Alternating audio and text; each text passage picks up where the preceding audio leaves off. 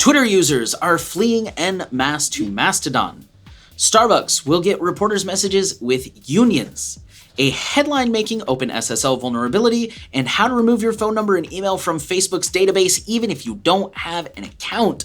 Welcome to Surveillance Report 109, where we are dedicated to keeping you private and secure with the latest news from the past week. Henry's never here, as always, but he will be back next week, as always.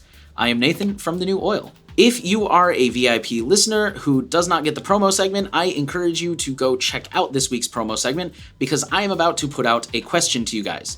But first, let me start with Monero because that's not changing. Monero is a privacy-focused cryptocurrency where we know basically nothing about you. Monero is as close to digital cash as you can possibly get in the sense that it is almost completely anonymous. If you want maximum anonymity and you want to support us, be sure to look into Monero. The other way to support us currently is Patreon. Patreon is a recurring fiat currency platform where in exchange for your continued support, you get perks.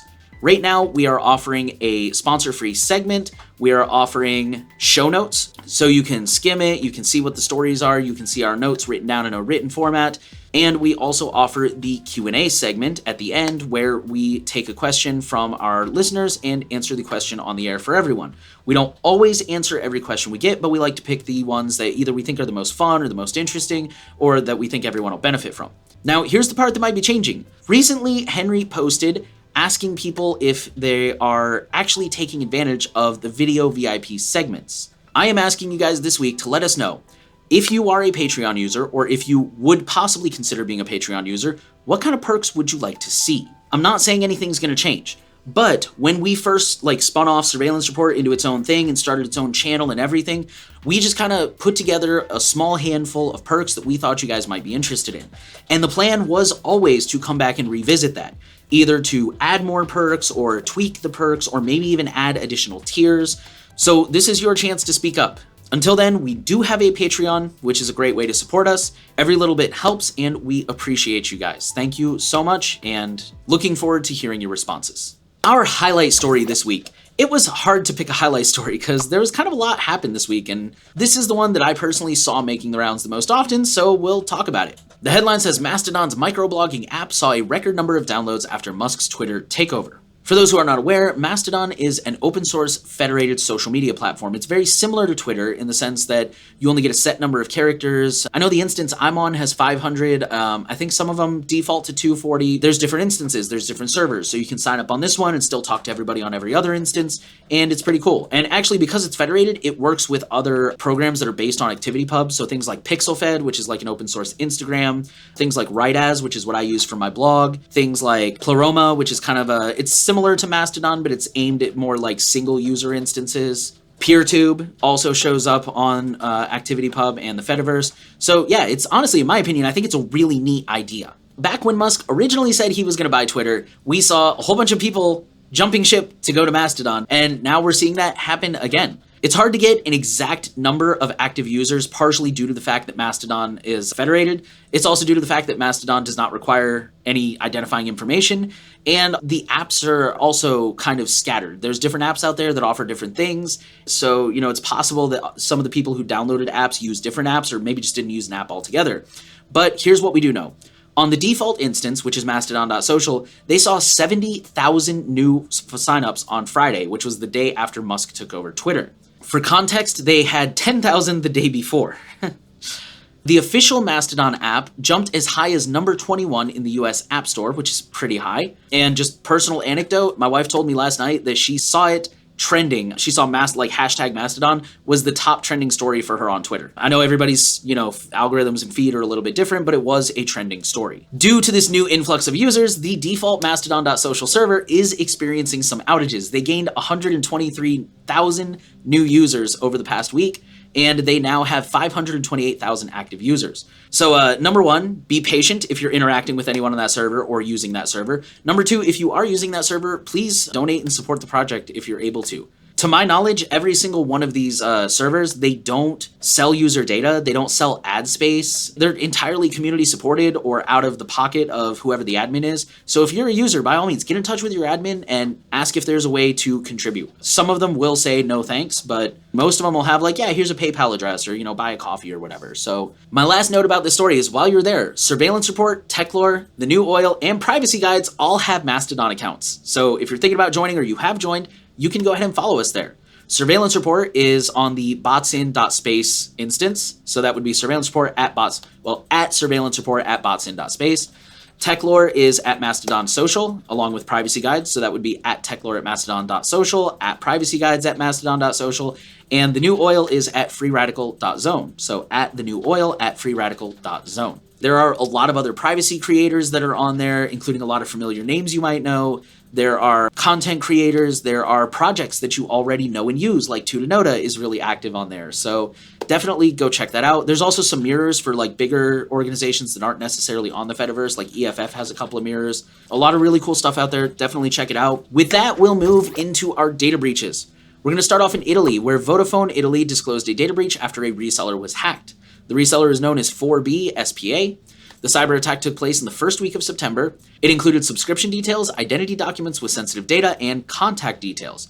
No passwords or network traffic data was compromised, but in these situations, it's usually highly likely that we're going to see a spike in phishing attacks, so beware of that if you are a customer. The vulnerability has since been patched. On September 3rd, a cybercrime group called Kelvin Security claimed to have 295,000 files for sale that was stolen from Vodafone Italia. So it's not clear if this is the same breach or even if it's legit, but if I remember the article correctly, this Kelvin Security group has been around for a little while, so it probably is legit. If we hear anything, we'll let you know, as always. Dropbox is disclosing a data breach after an attacker stole 130 GitHub repositories. The stolen data included API keys and other credentials, plus, quote, a few thousand names and email addresses belonging to Dropbox employees, current and past customers, sales leads, and vendors, unquote. This did not include any code for the core apps or infrastructure, customer accounts, passwords, or payment information. This was the result of a phishing attack that is becoming increasingly common, and, in a bit of good news, in response to that phishing attack, Dropbox is responding by enforcing hardware tokens or biometric authentication for all employees, which is great. It sucks that it took this for them to finally do that, but hey, good on them for rolling this out. AstraZeneca had a password lapse that exposed patient data. This was exposed for more than a year. There were credentials for an internal server that were left on a GitHub repository in 2021. Which, when you plug them in, allowed access to a test Salesforce environment that contained some patient data.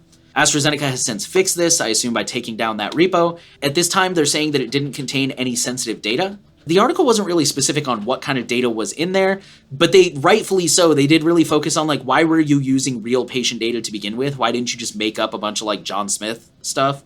If we hear anything updated to that, you know, like, oops, turns out there was sensitive data, we'll go ahead and let you know. And our final data breach comes from URLscan.io, who unwittingly leaked sensitive URLs and data.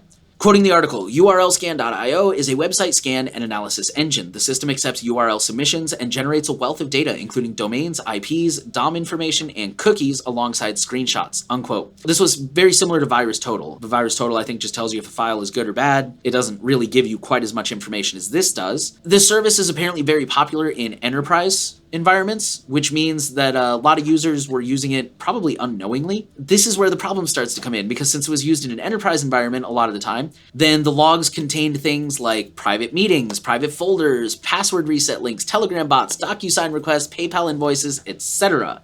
And this was publicly available if you knew how to look for it. This basically seems to boil down to bad default settings. URL Scan said that they have adjusted the default settings and informed users and what was the phrase? They trained users on how to better use the settings, something or other. But the point being, they had bad default settings that logged these scanned links for way longer than necessary. So default settings are really important. Now we're going to move into companies, and we're going to start off with a very unusual, unprecedented story.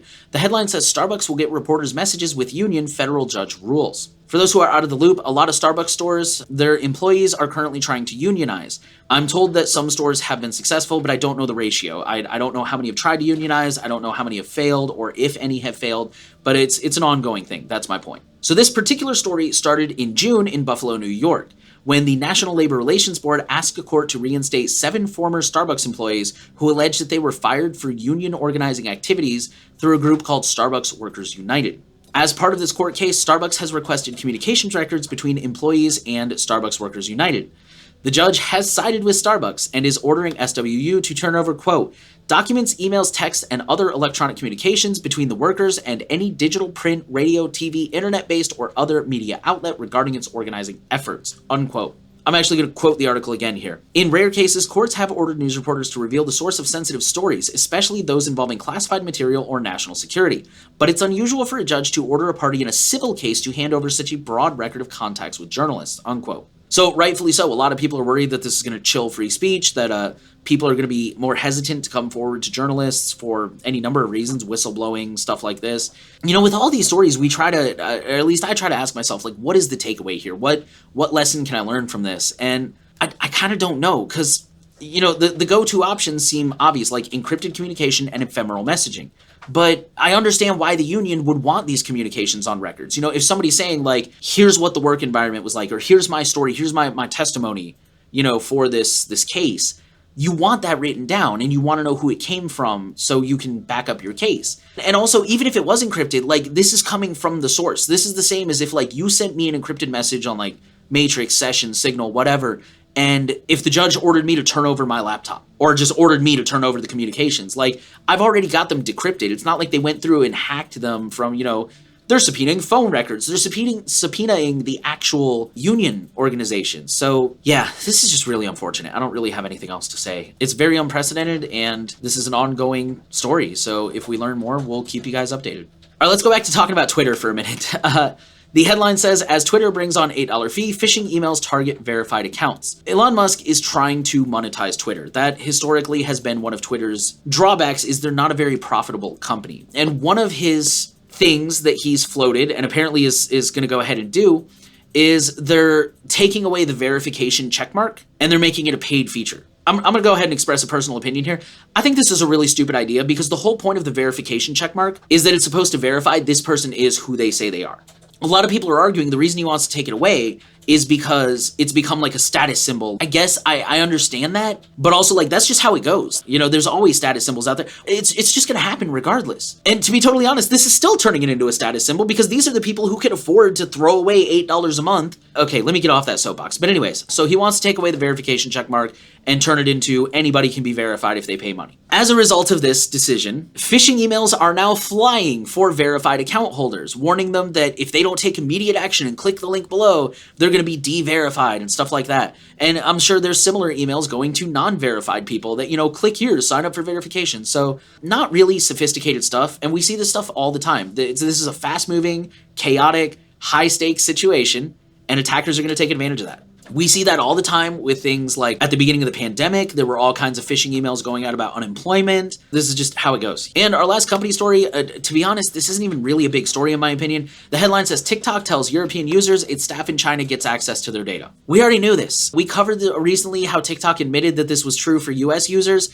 I don't know if anyone out there was under the delusion that, like, oh, they're only doing that to the US, but not to us in Europe. Like, okay, well, if you thought that, now you know it's not true. They're doing it to everybody, okay? Give it 6 more months and I'm sure they'll say they're doing it to South America or Africa or Russia or like this is what they're doing. This shouldn't surprise anyone, but here we are. That was our last company story, so let's move on to research. This one's really interesting.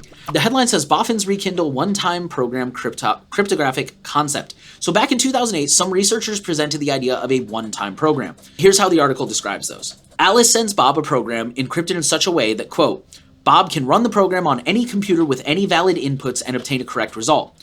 Bob cannot rerun the computer with different results, and Bob can learn nothing about the secret program by running it, unquote. So basically, it's a program that you run it once, it delivers the data, and then it's done. You can't run it again, you can't forensically analyze it or anything like that. Which, needless to say, is a very interesting concept. But the idea was abandoned at the time because they thought it was unfeasible. One example they gave is that you could run the program in a number of virtual machines with networking cut off, and you could see the results multiple times, or you could get different results and different inputs and stuff. So yeah, at the time they were like, this isn't really a thing that's feasible. It's an interesting thought, but not feasible.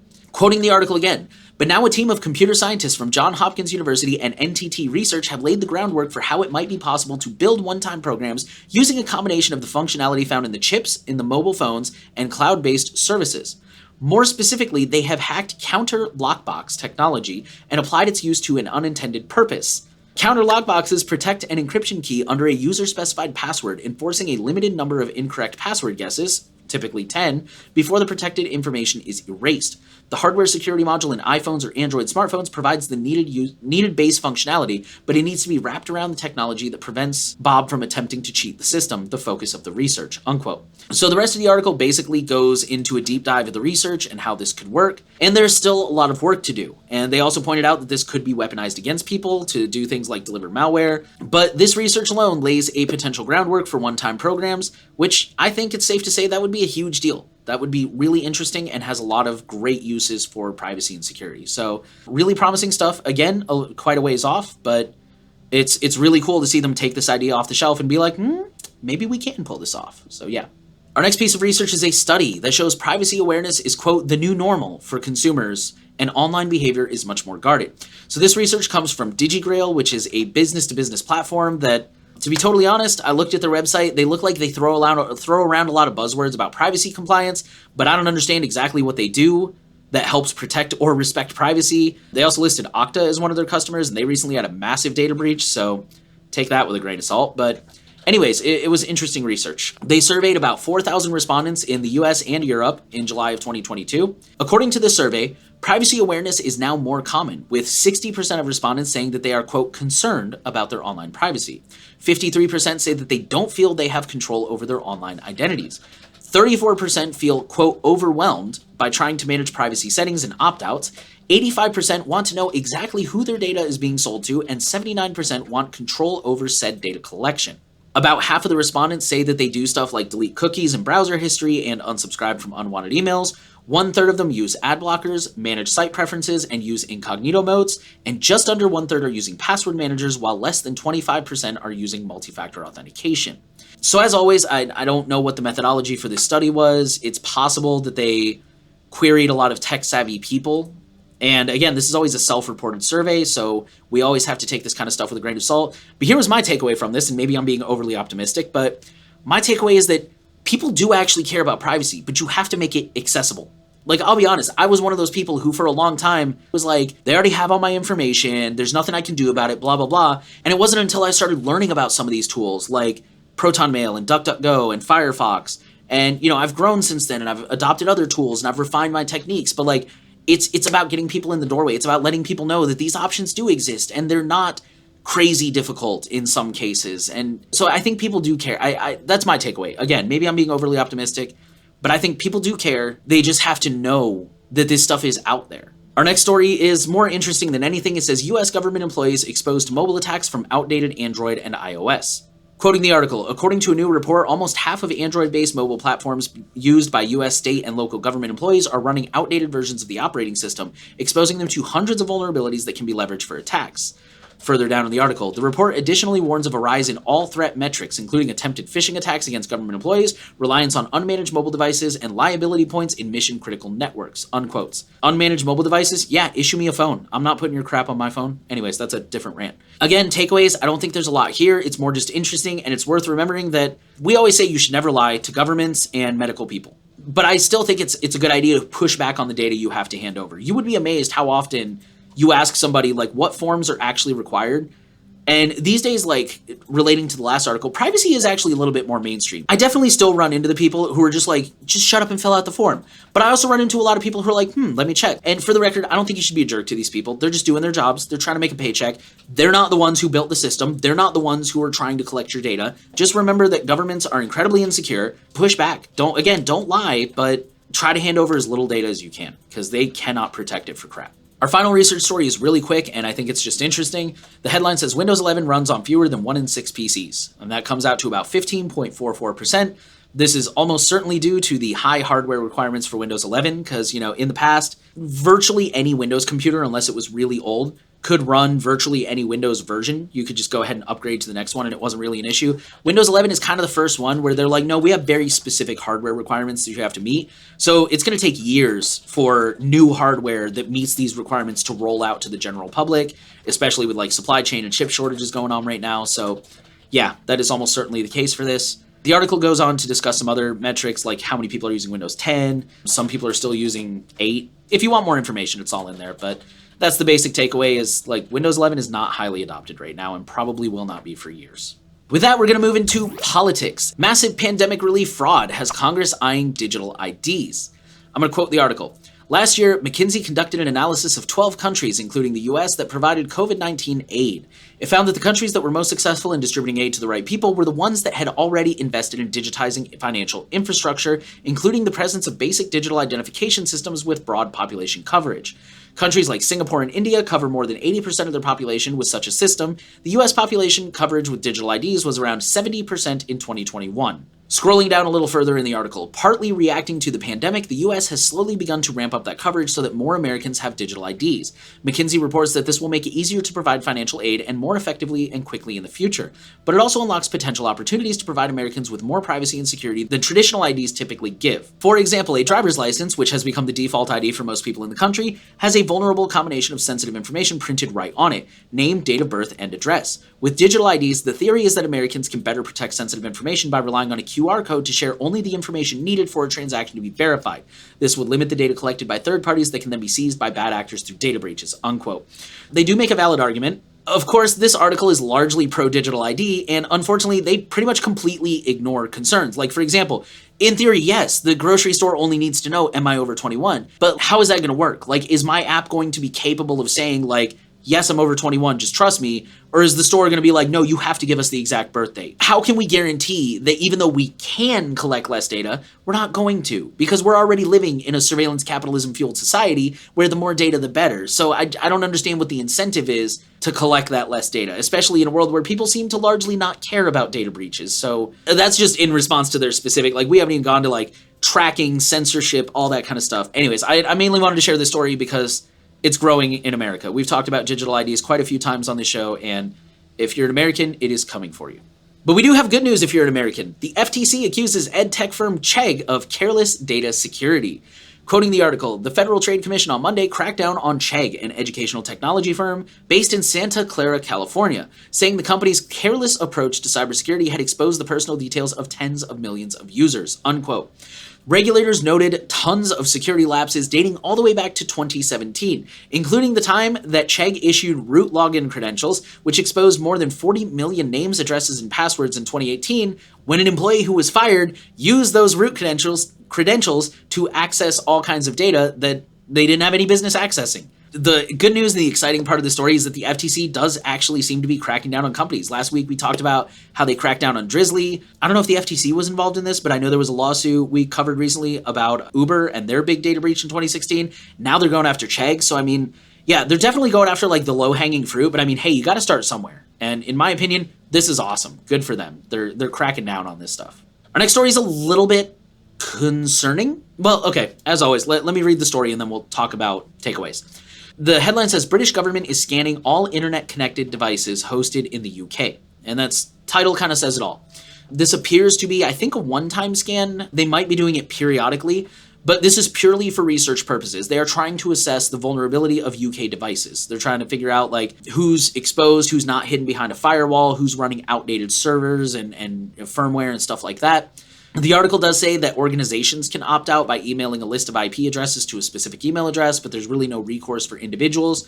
I kind of have mixed opinions on this one. Number one, this is kind of alarming, but at the same time, number one, it is for research purposes. Here's where I'm kind of like, whatever. Cyber criminals are constantly doing this anyways, and for far more nefarious reasons. So, I mean, if this makes you uncomfortable, which I understand, I'm uncomfortable with it, but also like, cyber criminals are already doing this. I think it would be a much better use of your time to just say, how can I protect myself? Okay, if cyber criminals are scanning everything all the time, how can I stop them? How can I keep my stuff patched? The whole nine. So again, I want to be clear, it makes me uncomfortable too, but let's be real. The criminals, the bad guys are already doing this. So I think it would be more productive just to focus on that defense. Okay, this next one I'm not going to excuse, and this also comes from the UK. UK government said to extract hospital data to Palantir system without patient consent. For those who don't know, Palantir is a notoriously data-hungry company run by Peter Thiel. Go ahead and look him up. He's a co-founder of PayPal. And named after a tool that the bad guys used to communicate in Lord of the Rings. So, yeah. The article states that the data shared will be identifiable, and patients were not consulted nor given a choice to opt out. The goal is to understand and reduce wait times, which have apparently hit crisis levels since the COVID pandemic started. The data is supposed to include things like admission, inpatient, discharge, and outpatient activity on a daily basis. And the article doesn't really specify, like, does that include just like John Smith checked in to this hospital at this time and was dismissed at this time? Is that going to include like diagnoses, treatments? I mean, like, there's so much data that could cover. Is that basically going to include everything from start to finish? The silver lining here is that privacy advocacy groups are already threatening legal action. The article specifically mentions there's one who like got a similar initiative pushed back a few years ago. And they're already like, oh yeah, we're taking this to court. We'll keep you updated if we hear more, and hopefully this will get thrown out, because this is way not okay. Our next story comes from the Netherlands, where the Netherlands wants to monitor all payments from 100 euros and higher. The headline specifically says, at the end, it says, opens door to unprecedented mass surveillance. And again, headline really says it all. As usual, this is an effort to combat fraud and terrorism and make sure people aren't sending $100 to terrorists, which from what I'm reading in the news, Europe's having an energy crisis right now. I don't think anybody is trying to send $100 to a terrorist. I think everybody's trying to find $100 to pay their freaking energy bill. Privacy groups are, of course, alarmed by this because it opens the door for additional mass surveillance. We're going to stay in the Netherlands, though.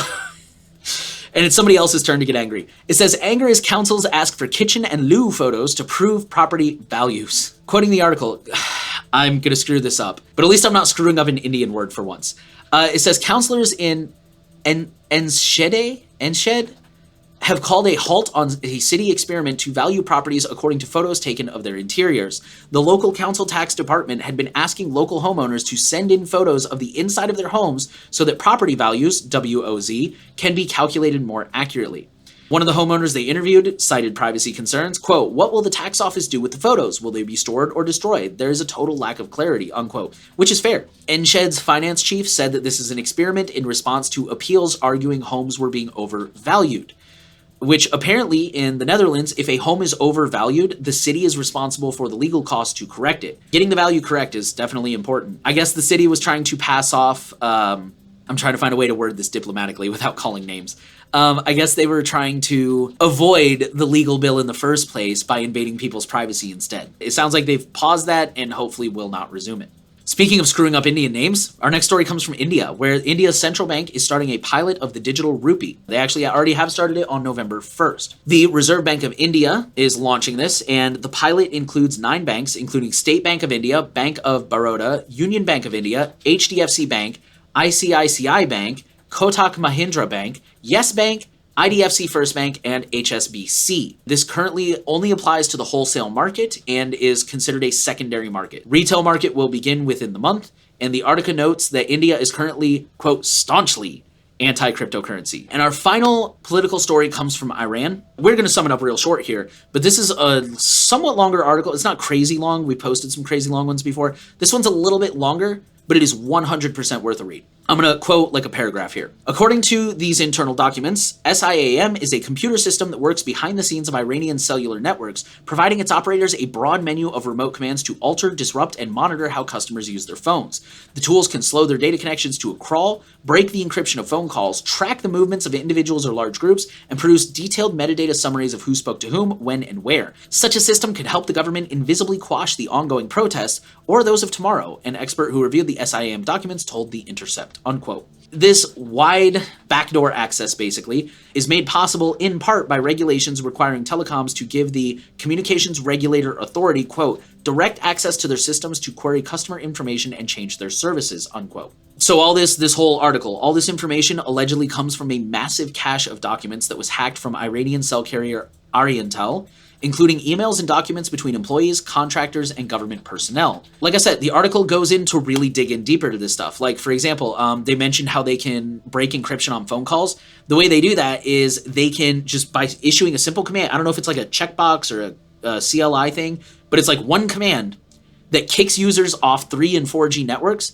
onto 2G, which is slower and less secure. They can see who is in a given area at any time en masse via IMEI. So just throwing in like a new SIM card won't work. Again, single command. They can just be like, boom, tell me every phone that was connected to this tower at this time.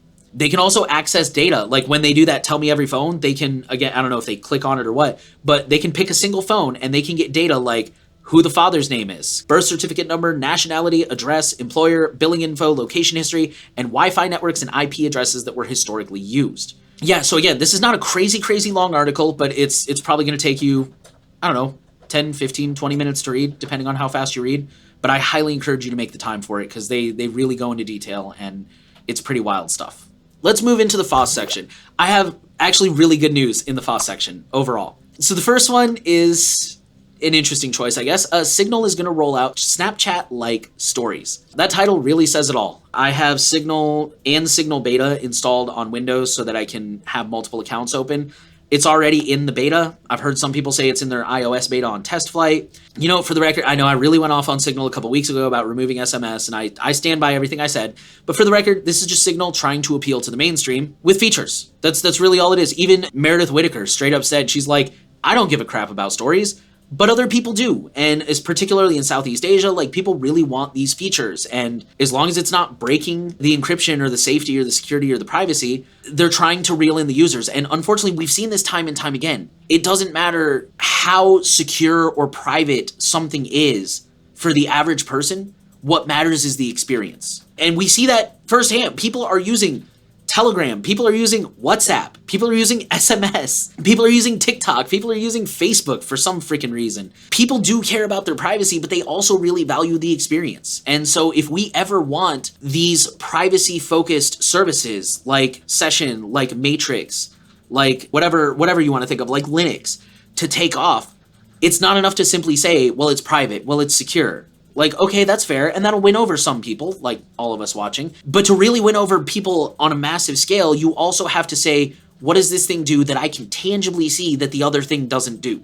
And that's why Signal keeps adding things that, admittedly, I think are kind of dumb, like Giphy support, like stickers, like stories. I don't really use these things very often. I use GIFs every once in a while, but I generally don't use these things. But a lot of people do, and those are the things that are going to draw people in. I think it's kind of bloat a little bit, but at the same time, as long as it doesn't break the security or the privacy, sure, whatever reels people in. Now, interestingly, here at the very end, Meredith Whittaker went on to say the Signal will never charge for the base app, but they are considering paid feature. Like specifically, she cited extra storage. I'm not really sure what that means. They're basically trying to become financially independent. Right now, Signal really heavily depends on just raw donations, especially from like government grants and stuff like that. They're just trying to become less dependent on that and more self-sustainable, which is good.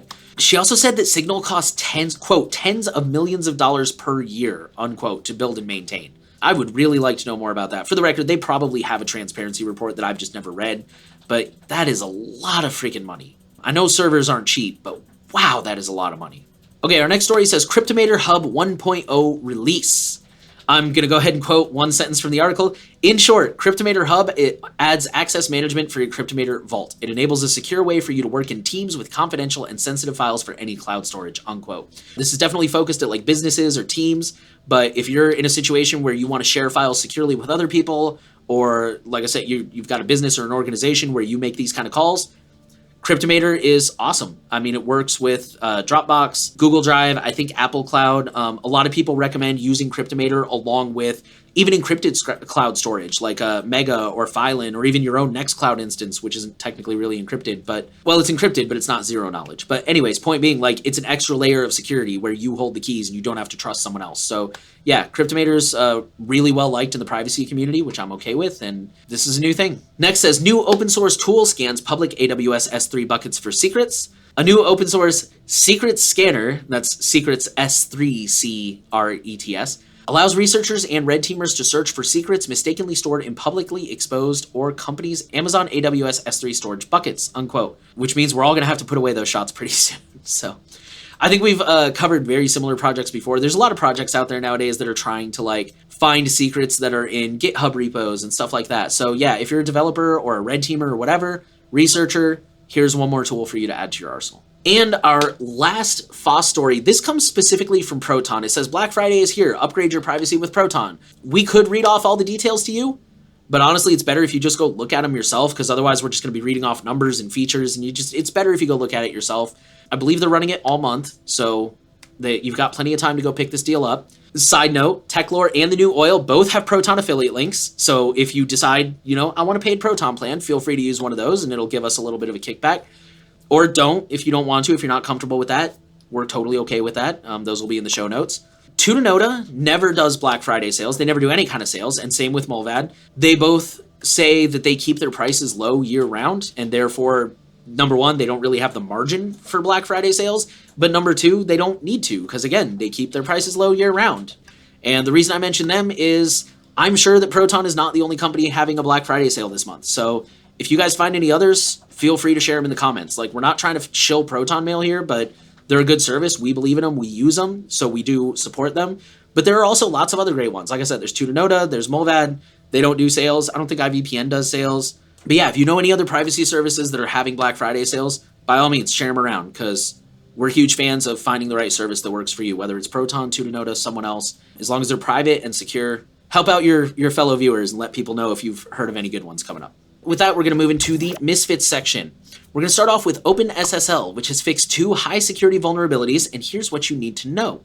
I'm going to quote the opening line of the article because honestly, that really sums it all up. The OpenSSL project has patched 2 high-security flaws in its open-source cryptographic library used to encrypt communications channels and HTTPS connections, unquote. So the reason I say that's everything you need to know, because the article does go into well, here's the CVEs and here's what they did. Truthfully, this story may have been a little bit overhyped. So when it first came out, everybody was kind of like, oh my God, OpenSSL, it's super popular library.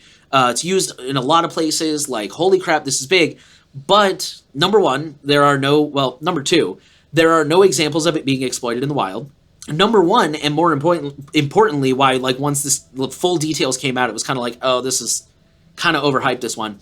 This only affected at OpenSSL 3, so 3.0 and later, which according to this article is only used in about 1.5% of environments. So really this is yes, OpenSSL is incredibly ubiquitous, but apparently the vast majority of people are using some form of version 1. This one is not very widely used at all, but it's fixed. And that's good. I mean, even if it's not very widely used, it is used by some people. So that's good. It's fixed. Great job. Our next Misfits, it says hundreds of US news sites push malware in supply chain attack. Quoting the article, threat actors are using the compromised infrastructure of an undisclosed media company to deploy the sock-ghoulish JavaScript malware framework, also known as fake updates, on the websites of hundreds of newspapers across the US. The threat actor behind the supply chain attack has injected malicious code into a benign JavaScript file that gets loaded by the news outlet's website. This malicious JavaScript file is used to install sock-ghoulish, which will infect those who visit the compromised website with malware payloads camouflaged as fake browser updates delivered as zip archives. For example, chrome.update.zip, chrome.updater.zip, firefox.update.zip, so on and so forth. So, according to the article, the malware appeared on at least 250 US news outlets, including some major but unnamed outlets. My takeaway, be sure to disable JavaScript if you can. That's not always feasible. Personally, I use uBlock Origin for this. Disabling JavaScript entirely breaks most of the web. I use uBlock in hardcore mode, I think it's called. That works really well for me 99% of the time. You could try something a little bit less if you want, but yeah, just disable as much JavaScript as you can. That stuff's really dangerous. And it's also a privacy invasion. That's usually how fingerprinting and tracking is done, as far as I can tell. Definitely not the only way. We've covered some other ways on past shows, but as far as I can tell, that's a primary method. There's also things like keeping your software up to date, because then you'll be patched up against known vulnerabilities to the best of your ability.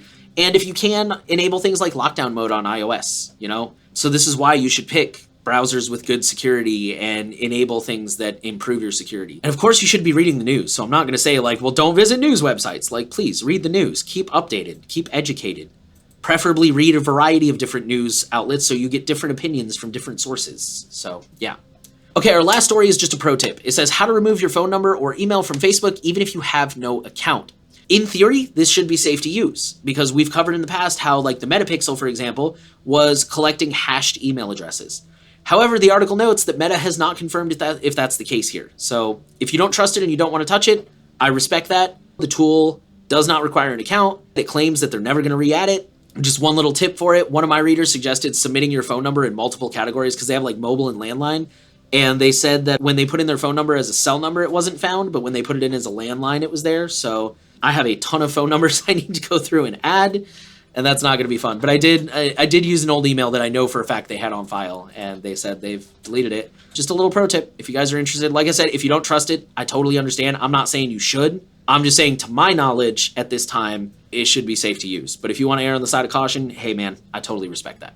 All right, with that, we're going to go into our Q&A section. We only got one question this week. This comes from Frank, who said a friend runs a personal web server and was sharing a file with another friend by typing the link into a WhatsApp message. Later, he looked in his server logs and found that WhatsApp had been trying to open the link and did so by sending a request after every character. So for example, myserver.com/d, myserver.com/de, myserver.com/dem, and finally myserver.com/demo. Frank says, why would WhatsApp try to retrieve web sources in unfinished URLs? You would assume that it would try and show a preview of the link shared, but that would be after sending the message. So it's probably not preview because they would probably wait until you're done typing the link. If that's not it, then why? The messages are supposed to be end-to-end encrypted, so in the spirit of that, they clearly have no business looking at resources for themselves. But this per-character type behavior is something that was programmed. It's not default behavior as far as I know. Do you or any listeners know why WhatsApp would behave this way? I totally agree with you. My first thought would also be previews, because we have actually covered a story in the past about how previews can be used to break WhatsApp's end-to-end encryption. Yeah, I mean, honestly, there's a lot going on there. I don't know. I think, truthfully, I'm sharing it more here just to let everyone else know, because, yeah, that is wild. If anyone knows why it might be doing this, so the obvious answer, the low-hanging fruit answer is it's meta, and of course they're trying to collect as much data as possible. Maybe they're doing this on purpose to break end-to-end encryption. I don't know if that's necessarily the case. We don't have any proof of that, but if anybody has an answer for why it would be doing this, I wish Henry was here. He'd probably have some. I guess the takeaway there is be careful what links you send on WhatsApp, or even what you type. You know, maybe copy and paste a link so that you don't have to have them submitting every single thing. And the better solution is tell your friend, because he said, my friend found this creepy. Tell him Signal doesn't do that as far as we know. So, or, you know, Matrix, Session, a better messenger that respects your metadata a little more than WhatsApp. Whatever's appropriate for the situation. Okay, that is it for the week. So Mastodon is growing thanks to Elon Musk. He's boosting the wrong social media platform. Starbucks is gonna get some messages that were supposed to be confidential between reporters and unions, a headline-making OpenSSL vulnerability that thankfully has been patched, and how to remove your phone number and email from Facebook, even if you don't have an account, if you want to go do that. As always, anything that we hear, we'll try to keep you guys updated on. But we'll get to that because first we're going to talk about our promo segment, which is Monero and Patreon. Monero is a cryptocurrency. It's privacy focused. It's totally anonymous. We can't see anything about you. At this time, as far as we know, it cannot be chain analyzed. The IRS has a $250,000 bounty for anyone who can figure out how to chain analyze it. So I feel pretty confident in Monero personally. We don't see anything about you, but we do see your contributions and we're extremely grateful for them. The other solution is, of course, Patreon. And like I said, if you are currently a subscriber or you would consider subscribing, please go ahead and let us know what kind of perks you would like to see. If you don't want to leave them in the comments or something, and you're also not a subscriber yet, surveillance report at protonmail.com. You can go ahead and send it there. We'll see it. If you're thinking about subscribing and you're like, well, what are the perks? We have a TLDR show notes that you can skim through in written format. We have a sponsor-free audio and video segment, and we have the ability to add a question, like ask a question like Frank did. Go ask questions, go get the notes, go not listen to us ramble on about this segment. Thank you for listening to Surveillance Report. The final thing we want to ask of you, like I said, is to share the podcast around. Share it with a friend, especially if there's a particular story you want them to know about. I definitely sent that Facebook link one to several of my friends that don't use Facebook. Make sure you're subscribed. Give us a rating if you're on a platform where that's an option, because that helps us be discovered and tells people that we're putting out good content. We're trying to reach as many people as possible with the message of privacy, and you can help us do that. So, thank you again for listening, and see you next week, where Henry will hopefully be back.